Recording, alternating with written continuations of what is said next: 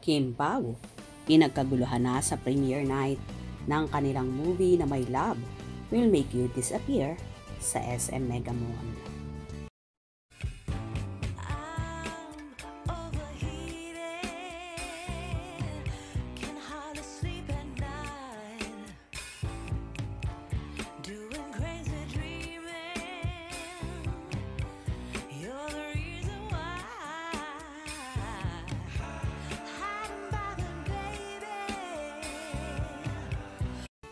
Kasalukuyan na ngang nagaganap ang premiere night ng movie ng mga kapamilya stars at bida sa My Love Will Make You Disappear na sina Kim Chiu at Paolo Avellino sa SM Mega Mall. Pinagkaguluhan na nga ang power tandem na Kim Pao na mga taong nag-aabang sa naturang premiere night. Pagdating at paglakad pa lang ni Kim at Paolo sa red carpet, ay pinagkaguluhan na at sigawan na ang kanilang mga fanay kasamang ilang cast ng naturang movie at syempre, present din si Direk Chad Vidanes. Nagpasalamat naman si Kimi sa lahat ng taong nagpunta at sumusuporta at nakikiusap na manood ng kanilang first ever movie na starting na nga bukas, Wednesday, March 26, 2025, ang showing ng My Love Will Make You Disappear. Nagpasalamat din si Paolo sa mga taong naroroon at sinabi pa na kung wala pa silang tiket ay bumili na.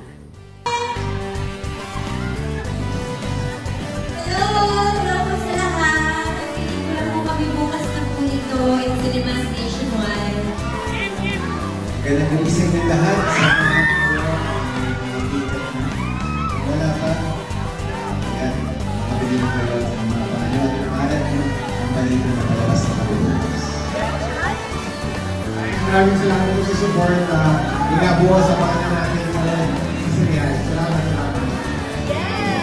Palakpakan naman natin Direk Chad and of course, Kim Pao! And wow!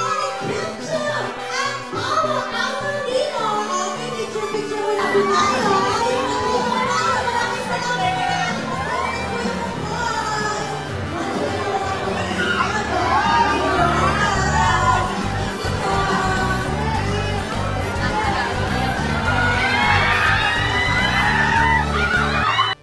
Tuwang-tuwa naman ang mga taong naroroon na halos hindi malapitan ang Kim Pao sa dami ng security at may portion lamang sa mall na pwede ang mga nag-aabang at naghihintay sa pagdaan ng Kim Pao.